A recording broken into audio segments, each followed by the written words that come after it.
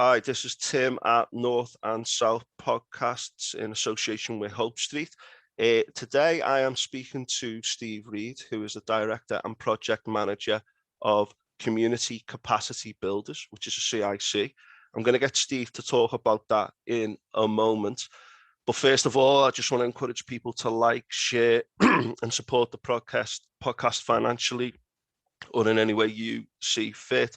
All details will be in the notes after the podcast. You can have a little look through and see what you think. I'll also be putting some information about Steve's organisation in the podcast notes. If you know anyone who wants to come on to talk about history, politics, well-being, creativity, feel free to come on. If you want to help me out in any way with technical issues or technological issues, or want to help me with music, etc., please get in touch as well. So, Steve, do you want to tell us about what you do first of all? Hi, Tim. Thanks for letting me come on and share my story. Basically, I am a director, project manager and deliverer of services for a community interest company called Community Capacity Builders. It's been going since August 2019, and the idea came about through conversations with a lifelong friend of mine, Tony. We'd met each other in 1987, first year in school, and we'd stayed in touch ever since. And he'd worked, after doing his degree and his master's, in the voluntary sector. He'd worked for a number of organisations and charities, and he'd reached the crossroads where he'd finally thought, right, I want to start doing this myself. I'm shackled a little bit by the people above me, and I'd like to create an organisation that's helping the disadvantaged and the vulnerable on the Wirral. And I sort of like helped form that vision with him. So we were looking at trying to help three areas of people's lives that can affect their whole. So, for example, we call it the 3 pillars now, Tim, and it's like one pillar is to do with physical health. So we know that there'll be disadvantaged and vulnerable people that maybe can't engage in exercise because they haven't got the money to, or it could be that they've got a disability or they've got an SEND that makes them feel isolated and they don't want to join in normal club and group settings. The other pillar is mental health, trying to make sure that people have got sort of like a good sense of well-being, that they haven't got anxiety and they're not self-harming and so on. Tony's sort of like been there himself. He suffered with anxiety and depression for a number of years, and he makes no secret of that. So that was something sort of like close to his personal circumstances that he wanted to look after. And then the third pillar that we look at, Tim, is about financial health. And it's being sort of like having those life skills to be able to make better choices. We all make mistakes with money, myself included, but sometimes you can make grave ones and can get you into a real muddle. And the way we look at it is, if you're looking at someone's overall sense of well-being, if one of those pillars goes, then they affect the others. It's like the foundations for a building. So if, for example, you're suffering with cancer, and we do a lot of work with people recovering from cancer. If you're suffering from cancer, you're going to be bound to be physically ill, but you're also going to have mental issues as well. You're going to be suffering depression, possibly anxiety, and so on. You're worried about your future and your family's future if you don't manage to win your battle. And then also there's the financial strain. So it's kind of like those three areas of a person's life. They do kind of interact with each other. So we're trying to target people on the Wirral that from the age of 5 up to 95, really. We've got quite a broad audience that perhaps have been left out or overlooked or marginalised by private provision and public provision. We know there's gaps. The NHS is an amazing organisation, but there's only so much it can do. We know waiting lists are long. We know that schools are overburdened and understaffed. We know that there's people that fall between the gaps. And our organisation, we said to each other when we set out, look, we want to help those people that get forgotten about sometimes, that get overlooked. And one of our kind of hashtags we try and live by is no one gets left behind. Another one we believe in, stronger together. And we're doing this because we want to make a difference. And also from a personal point of view, it's almost legacy building from our own point of view. That it's like, we'd like to be able to look back on our lives and think we did some good things. We made a difference to a lot of people on the Wirral. We've put things in place that are going to make people's lives better. So it was kind of a vision that started in August 2019, and I've gone on with it. I've fully got on board in June last year, July, sorry, when I left teaching, because that was my sort of like previous career, where I'd been a teacher of, I trained in business, having been an accountant before that for 5 years. So I'd sort of like, I'd had one career already and decided that I didn't want to have a lifetime of just sitting in front of a spreadsheet, putting numbers in boxes and not really making a tangible difference to anyone or anything. I felt it was a pretty soulless type job. And sorry to my mates that are still accountants, they know my view on it. And it's not for everyone. And I think I'd gone into it for monetary reasons, really. I think I'd done the degree and I thought, well, that's what I have to fall into now. I reached the crossroads with teaching, and it was actually football. It was football that made me think about a career in teaching, because I was running a pub team for my mates. We were playing out the pub. We used to play on a Monday night, and it was like, we should really make a team of this. And they looked towards me because I was fairly switched on and organised, and I was a couple of years older. So we did the team, and I thought, this is great. And I was enjoying it more than my job, and pulling people together and, working towards people's strengths, having a common goal, and differentiating. One striker would need a kick up his backside, while another one would need an arm around the shoulder. And working with people instead of being sat behind a spreadsheet really resonated with me. And I thought, you know what, there's got to be more to life. Working with people, I think I've got something to offer. And that made me go into teaching. And to be honest, I loved my teaching career. I did teaching for 18 years, trained at Edge Hill, did my business PGCE, then fell into teaching ICT because there wasn't that many business jobs going around. And for those that might not know ICT, the younger audience, it's kind of like business with computers. And I think it was kind of almost invented as a subject to try and make sure that the business teachers had a job. So it was basically, and I only found that out a couple of years ago from speaking to me head of faculty, Paul Very. He said, you do realise that, don't you? And I went, no, I never thought of it like that. But basically ICT, you'd always be looking at computer solutions for a purpose, whereas now it's changed very much to the mechanics of computing and coding, and that's not really been my bag ever, to be honest.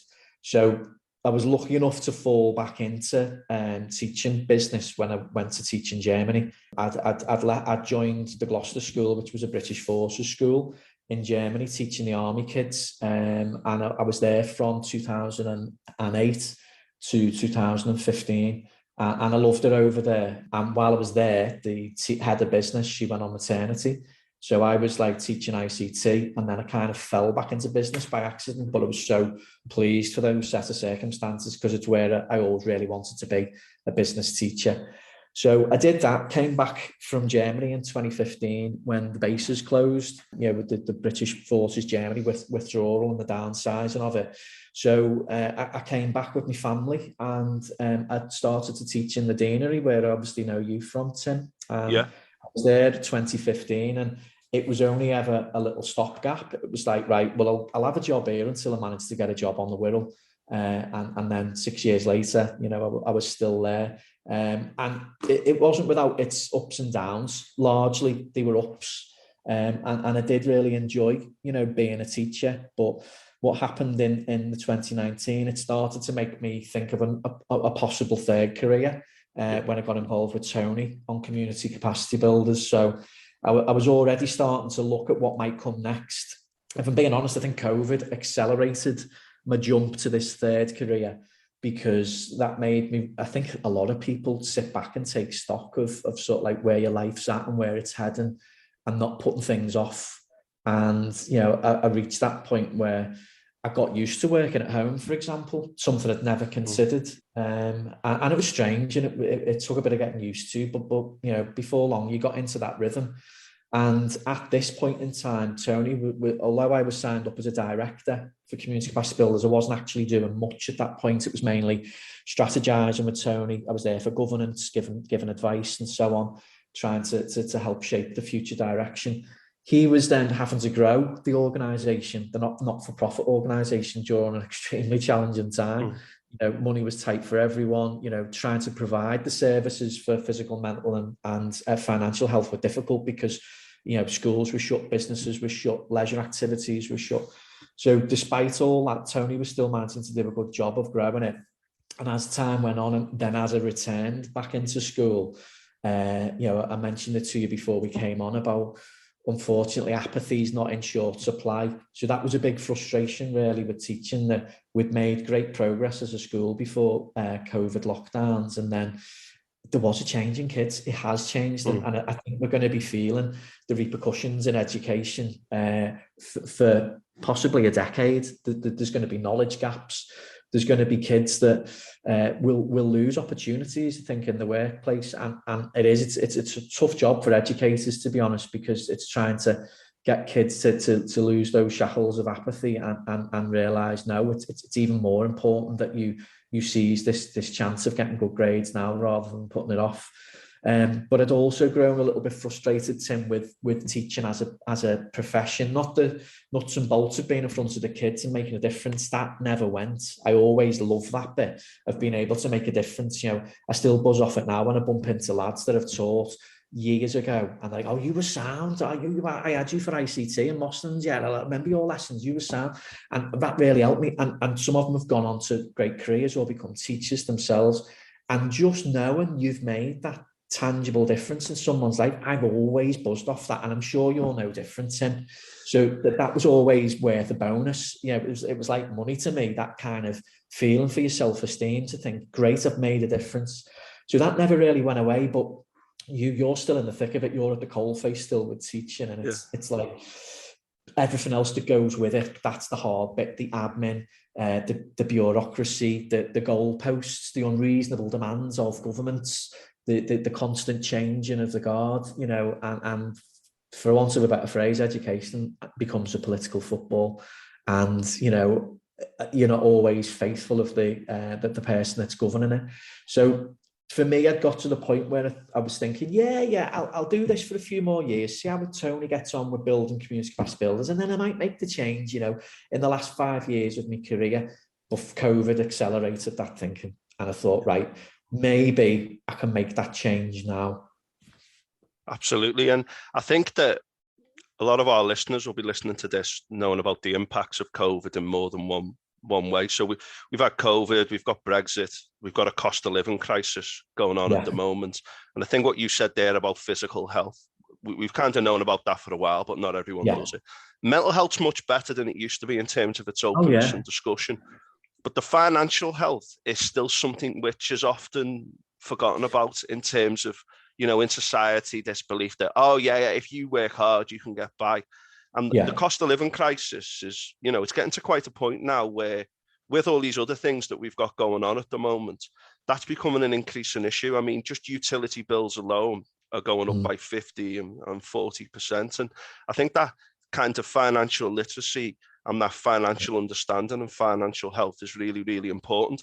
And it's almost like your career in terms of, doing your first career, which you felt was a little bit administrative, working with people and doing business, but also knowing in yourself that you want to change things and look for something new. It's almost like this new initiative that you've got involved with is like the perfect thing. You know what I mean? It's like an amalgamation of everything you've done before. So how do you get in touch with people or organizations? What's your kind of day-to-day reality? How do you get your message out there, and how can people get in touch with you? Well, what we've done is we've tried to establish ourselves in the last few years, and social media has been a great tool in driving that, to try and reach out to people, show them what we're doing. But as well as that, we've kind of created, Dave Godfrey's created our website for us recently, and what we've found is the links that myself and Tony have had through education or working in the non-profit sector have helped us get a foot in the door. But I'll be honest, Tim, since COVID kicked in, I think I was not alone in my thinking that there's been a real push in people setting up community interest companies.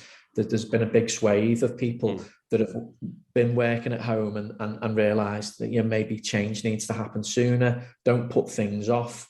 Make a difference now. And there are a lot of non-profit organisations just on the Wirral that I know of that have been formed in recent times, like ourselves. My education background, going back to the financial literacy bit, has helped me get into schools, because I can say, look, I was an accountant, I was a teacher for 18 years, mostly business, and now running my own business. I've got something to offer your kids.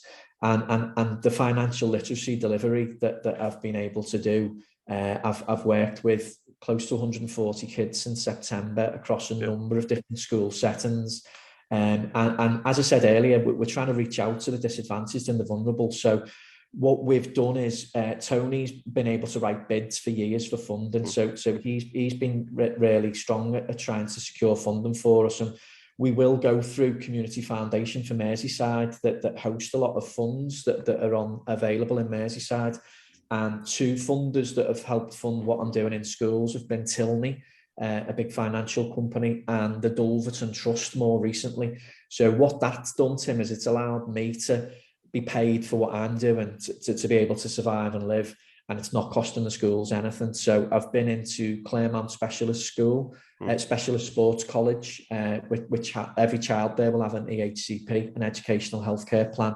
So I've taught 30 of their sixth formers from September to December, and that was really rewarding. I've been a teacher of 18 years. I've taught special educational needs classes and individuals within those, but I've never taught in a SEND setting. And it was really rewarding. I've thoroughly enjoyed it. I bump into some of the sixth formers now when I'm visiting the school to teach the year 11s, and they're always letting on to you, and they're going, "Hi Steve, how are you doing?" It's been a bit strange me getting used to being called Steve, but that was my own insistence. I was trying to leave the kind of teacher behind, but I've loved being up in front of kids, interacting with them.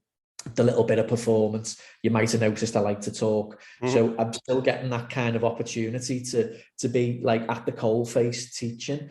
But what going back to your point though about financial literacy and the need for it, especially in these kind of harsh economic times we're staring down at, I know full well as a teacher of business that the curriculum was what I had to deliver. You had the pressure of getting kids through exams.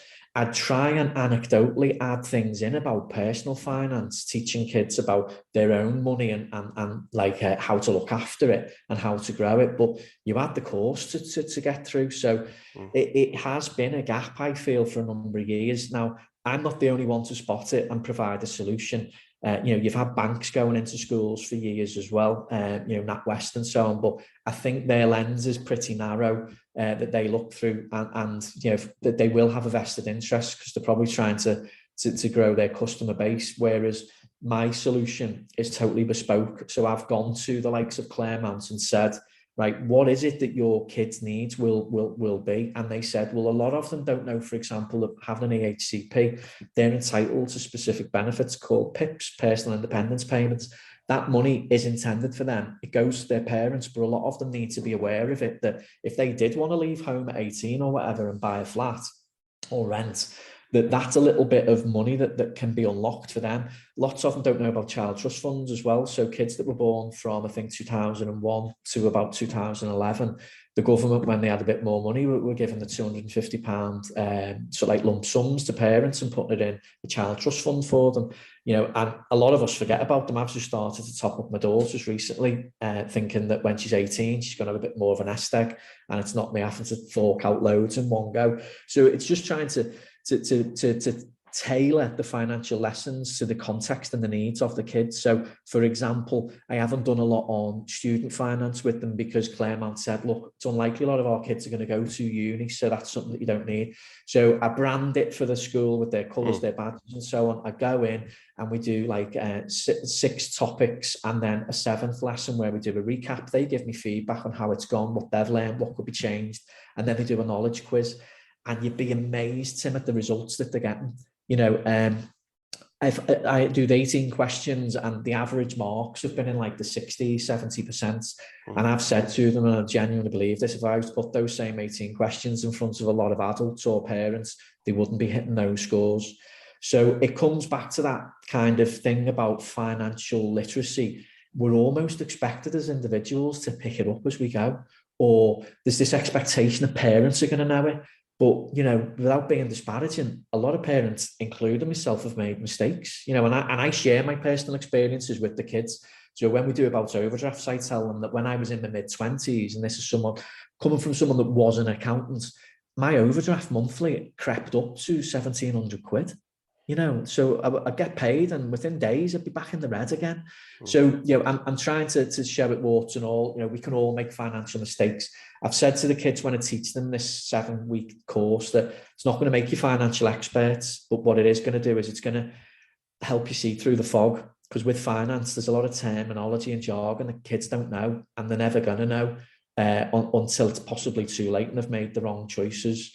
So it's trying to give them that confidence that they know some of the words, they know some of the terms, they've got a bit of a better understanding, and they'll know where to look for more information and go into a bit more detail and how to seek advice. And the outcomes have been really positive. I've been back to Claremont, for example, and the head of sixth form said, it's amazing, Steve, the impact it's had on them. They're talking about ISAs and like stocks and shares and investments and overdrafts, and they're more savvy, and that's what it was seeking to do. Not make everyone a financial expert, but just try and help give them the strength to make better decisions, better informed choices. And with hopefully 140 odd kids that I've been with so far, that's happening. So some other school settings I've been in another SEND setting, West Kirby School and College, and I've taught about 20 young people there, the sixth formers. I've also recently been into the Observatory School, which I've been teaching year 11s and some year 10s, and that's a school where everyone's on an EHCP, but a lot of these are troubled youngsters that have been kicked out of schools and so on, and have ended up there. So there's been a bit of a challenging audience that I've been reaching out to, and more recently, because I've got funding there, what I'm doing is I'm trying to drill down. I've hit a lot of the SEND settings on the Wirral. I'm now trying to think, well, okay, what about the economically disadvantaged? On the Wirral, we've got FSM, free school meal rates, that are currently about 25%. So that's 1 in 4 kids are on free school meal, and free school meals, as will be a real indicator of a family's income and their economic deprivation and so on.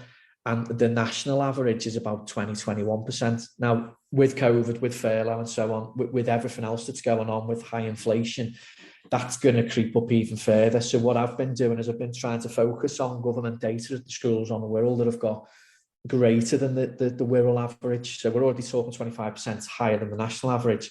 I've been going into schools recently, like Mosslins, where I used to teach IT years ago, and Aldershire, and I'm also back in Claremont now teaching year 11s. So I'm trying to spread the offer. So I'm hitting as wide an audience as I can, with a focus on SEND settings, but also schools that have got a high SEND intake and also high free school meals as well, to try and do that. And every school that I've delivered it in, they're like really grateful for what's happening. There's great engagement from the kids. The outcomes are really good. We're getting real retention of knowledge that hopefully is going to pay dividends for them as they get older and not make the kind of mistakes that a lot of people do. But they're all saying, are you coming back next year? We want you to do the sixth formers next year. Can you do this with the year 11s? And that's where our organisation is going to rely on the funding. The people like Tilney, Dulverton and others that hopefully are going to see in our monitoring evaluation reports the good work we're doing, because that's the lifeblood of our organisation. We don't sell anything.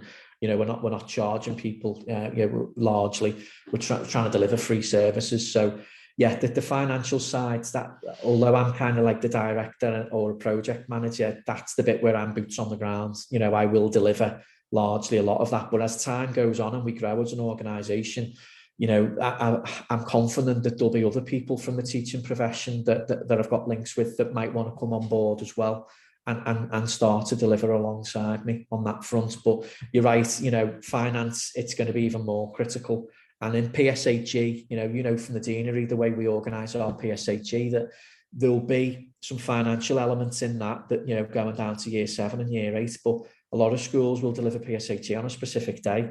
So if a kid's off or votes with their feet that day and decides to not go in, that might be their only opportunity that year to have any kind of financial or economic education and then it's forgotten about. It'll be a year later. Whereas with me, I'll go into a school and, for example, another audience that will be reaching out to is Wirral Hospital School, where a lot of the kids are too ill to go to a main school setting. So I'll be teaching 3 classes of year 11s after Easter. But it just means that they're going to have that exposure for a number of weeks. So it starts to sink in rather than one day every blue moon. So that's kind of, a big concern, a big audience we want to try and hit. That's absolutely brilliant. And I mean, I've only known you for 2.5 years, and we taught together in the same school, good school, moving forward. The frustration sometimes with the systemic elements of the education system and other systems, the pressure that the COVID brought onto schools.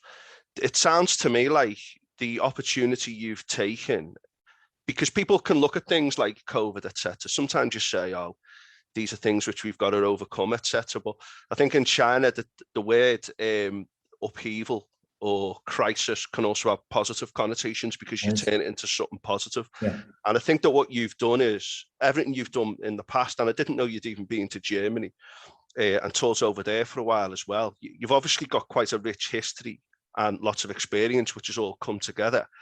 But I think what also shines through is it sounds like you and Steve, you and Tony have got, exactly what your strengths and weaknesses are, and you can focus on different things. And I think in organizations, and I think in terms of self-knowledge and personal development, it's really important that you know what your own strengths and weaknesses are, or areas for development. And if you work with someone else who is good at other things, it pushes the organization forward. But I watched you teach a few times, Steve, and I thought, what a great teacher. And I've even said to other people, what a great teacher. And then you're moving away from teaching because you think that there's a gap here that I need to kind of to address and to deal with. And I think that's wonderful that you've had that confidence to do it. How difficult was the decision going from what you were used to as a really, really good teacher to that kind of leap into the dark? Did you have like a clear plan of what you were going to do before you jumped, or was there an element of let's see how it goes? Well, it wasn't an overnight decision because even at August 19, when I signed up with Companies House to be a director, it was something that I thought, one day I'll make the jump. But I was thinking that was maybe 10, 12 years away. Like I said, I think COVID just made me take stock and think about, right, well, don't put things off. I say this to everyone all the time. I can't believe how quick a week goes. I can't believe how quick a year goes.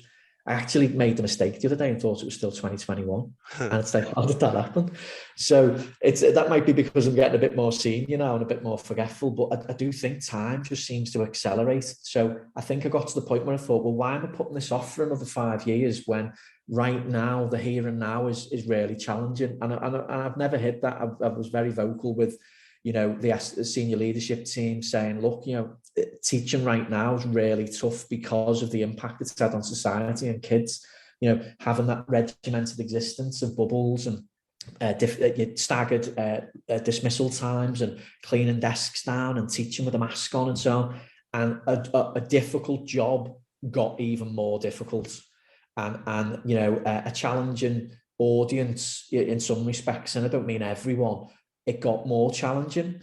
And what I didn't want to do was become that dark cloud. I've been in teaching for 18 years. We all know them. Every organisation's got them. It's not just teaching. Those people that sit there and grunt and shrug their shoulders and say, it's rubbish this, and there's no point doing anything different because it'll always be the same. I never wanted to be that teacher. So I think that I left before that happened. I think if I'd have stayed in teaching, there was that danger I'd become apathetic myself and disaffected. And the kids can smell that. The kids know when you're not into this anymore. And I just felt that it was the right time. Things were lining up that I thought, Tony's made a great job of growing this. The need is there. We were starting to establish ourselves. We were starting to reach a wider audience. And I thought, do you know what? Why don't I do this? So it was a gamble. I can't pretend that I've got used to varying levels of income. It was lovely to always have a date in your calendar that you knew there was a certain amount of money going to hit your bank account that you could pay your bills. And that's been the biggest challenge, really, that lack of security, knowing that you've got money coming in, because it'll be very piecemeal. It'll be for work done, rather, because we're not salaried. We're not in this to make the profit, but we also have to live. So that's been a challenge. But what I have loved about it, though, Tim, is the flexibility that it gives me. And, again, this isn't me kicking teaching as a profession because I loved it. It was good to me. I've got teachers that still are friends like yourself, and I hold it in high esteem. It's an amazing job. And I think parents finally got that when they had to do it themselves during lockdown, that it ain't easy. And they're doing it with someone they know very well, i.e. their own child, and they found it difficult. People's heads were falling off. But I know I've missed people's funerals before, or weddings and so on, because I can't go. I've missed Champions League finals because I couldn't go. So now it's like, for me, the bit about running my own business, that for me is the massive plus factor. That, if there's a day where I think, right, actually the sun's shining, I'm going to go for a long walk now. You've got that flexibility and you can flip your day. The work never goes away. But for example, last night I was doing a bit of work for a football team that I do some commercial management stuff for as well, and some fundraising for them. And I'm doing like a brochure to try and attract sponsors and partners. And I looked at my watch, it was 10:15. I was like, bloody hell, how did that happen? And it's not a 9 to 5 route. And I know teaching was never that. You took the job home with you. But what I love is that flexibility, that if I decide I want Monday off, I've got it. I'm going to a friend's wedding in Belfast on the 31st of March. And it's like, I couldn't have done that. I wouldn't have been able to have gone if I was still teaching. So it's that flexibility and being able to apportion my work and week when I want.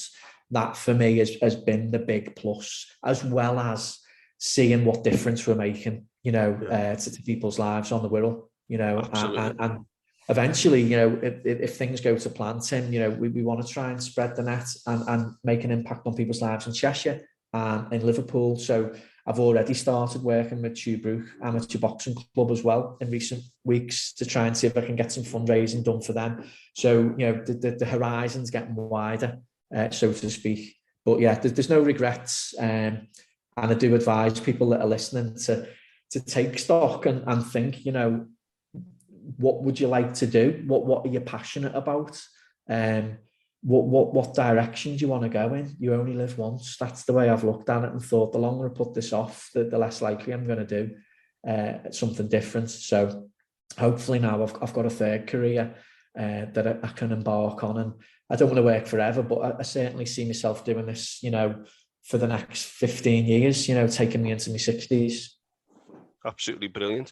I think, with COVID, there was obviously a lot of downsides to COVID. I think there's been a general mental health crisis because of COVID and the lack of structure for adults and children. The educational impact has been profound. Pressure on relationships. We've got the cost of living crisis, Ukraine, Brexit, all that. A lot of extra pressure on people. But the amount of people like yourself who have spoken to, and myself included, who've used COVID as a real way to say, right, I want to change things. I want to do things differently. I started doing things during the lockdown, like meditation and running every other day, that I've now kept going because of that. And I've got a few little side hustles as well as my teaching job. But I've also looked at myself and put a mirror to myself and said, what do you want to do? Because we're not getting any younger, are we? And I think I mentioned in one of my earlier podcasts about making meaningful changes in life. There was a podcast I listened to just before lockdown called The Doorstop Mile. And it was about how that first change can be the biggest one, getting across the doorstop. That can be like a mile, that first step. Now, you're very organised. I've worked with you and you're very organised, very thorough, etc. And I know you said that there's always a gamble when you do something different. But if someone wants to get into a business or to make a big change in their lives, without repeating yourself, what do they need to do? What do they need to kind of have in place before they make the switch? Does it need to be a gentle transition, a more sudden one? What kind of things would you say people need to do? We've already said, like, find out what you want to do first, but what would you do after that before you actually make the leap, if you know what I mean, I think once you've got that idea of what's important to you, what do you want to do? You've obviously got to do your homework and so on. But let's say, you know, my personal circumstance, there was an overlap. I'd started to do some work with organisations. I've got a friend who's got a gym, two brothers, Muay Thai in Birkenhead, very good gym, and it's a CIO, so it's a charitable incorporated organisation. And he was like, I'm struggling to find funds, you know, to try and deliver projects to the vulnerable. So I started to work with him and helped him do sort of like a national lottery bid that was aimed at anti-knife crime, you know, like getting kids off the streets and so on that had been either at high risk or had convictions, you know, for knife crime. And that's been a really important project. And I'd started to do work with him while I was still teaching. So it was me dipping my foot into the water, and I'd advise people to do the same. Is there a possibility of you doing this business venture part-time alongside what you're normally doing? Because very quickly, I think you'll make your mind up whether or not you enjoy it or not. You've got the added pressure of 2 workloads, but I'm very glad that I did that rather than get to July, having handed them a notice in, and then saying to Tony, right, what do you want me to do? How does this work? I'd already started to have a dry run of it before I'd left the teaching. And that's what I'd advise people to do. But yeah, nuts and bolts as well with my financial hat on. I think what you also need to do is be very pedantic and get a spreadsheet together and put down everything that is your outgoings. What are your essentials, you know, and then factor in, well, how much do you spend a week on the lottery or putting a bet on? How much do you spend on buying bottles of wine at the supermarket? You know, are you going to go out for one night out or a meal each month? Are you going to go on holiday still? Now, I'm having to make sacrifices, you know, as any new business does as you grow. But it's important, you know, what is your bottom line? What have you got to be clearing each month to be able to do that? And you know, I've had to dip into savings, Tim. I've had, you know, Christmas was on a credit card.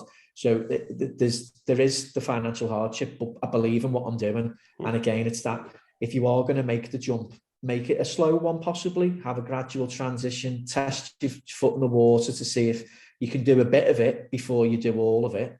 And then, you know, have a look at the finances. Is it viable for you to do it? And what I'd say is, if you don't, you'll never know unless you try. And I used to get asked by business students quite regularly, say, have you ever had your own business? And I'd go, no, not me. And they'd like, well, would you ever like to do anything yourself? And I'd like, yeah, I've got a couple of ideas. And they were like, well, why haven't you done it? And I said, the main concern I've got is security. As I said, I know every month I'm getting that money on the 20th of the month, no matter what, that's there. Whereas if I have my own business, that's hugely uncertain. So the other thing that I said to myself is, right, I'll make sure I've got a little bit of a nest egg. So I had some savings. I made sure I had a credit card, you know, that was nil balance, and that I had my overdraft all sorted. So I wasn't going into it in financial ruin to begin with. I was in an okay place, knowing that I could dip into my overdraft, I could use my credit card, I could dip into savings if needs be. But the other thing as well is, and I've said this time and time again to kids, money isn't everything. Do you know what I mean? Money can rule you. Money's there when you're not. There's a Scottish lad I used to know that used to say that. It's like, you can't take it with you. And it can rule your life. So for me, I've always been more about, I want to be comfortable, but I want to feel comfortable about what I'm doing. And you know, doing accountancy, I wasn't comfortable with what we're doing. I've got a friend who works in London, one of my best mates, Lloyd. He works for a big company that looks after a lot of musicians and bands and so on. And he's a big noise there. He's like a junior partner. He's on 6 figures. I've got one of my other best mates. He works for Asda as one of the vice presidents. He's at Asda House. He's a big noise. Me and him met working in Asda. I was on the meat aisle in Liscard. He was on the pop aisle. And he then ended up going on the Asda graduate program. And then he became a high flyer. And he's still there now.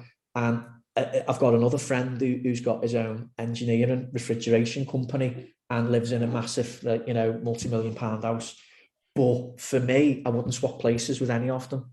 because I know how hard their existence is, and you know how tough it can be, and the fact that they seem to be working 24/7, 365, and actually are they as passionate about what they're doing as I am? Do you know what I mean? So for me, that's important. I want money to live, but I don't need to be a millionaire to feel like I've been successful. And again, it's that lens will be different for different people, Tim, but certainly for me, it's always been, I'm not greedy. I want to be comfortable. I want to be able to have a nice house, but it doesn't, I'm in a terrace house at the moment, and that will do me. You know, I've got a little Kia Picanto, little run around, you know, one litre engine. Love a Mustang one day, but I know that's fairy tales. So it's kind of like, well, what's important to you? Is money really that important that you do something that you're not happy doing? And I don't want to make that sound like I was unhappy with teaching. I just knew I had a great alternative, and I hadn't fallen out of love with teaching yet, but I knew there was the danger that love affair was starting to diminish because of the challenge that I already spoke about. Absolutely. Steve, I honestly think the fluidity of your speech and the way you converse and discuss things and explain things is absolutely brilliant. And I always saw that with you as a teacher. But the way you've spoken today, mate, so eloquent, absolutely fantastic communicator. But also, I worked with you last year on the BTECs, very, very highly organised and passionate.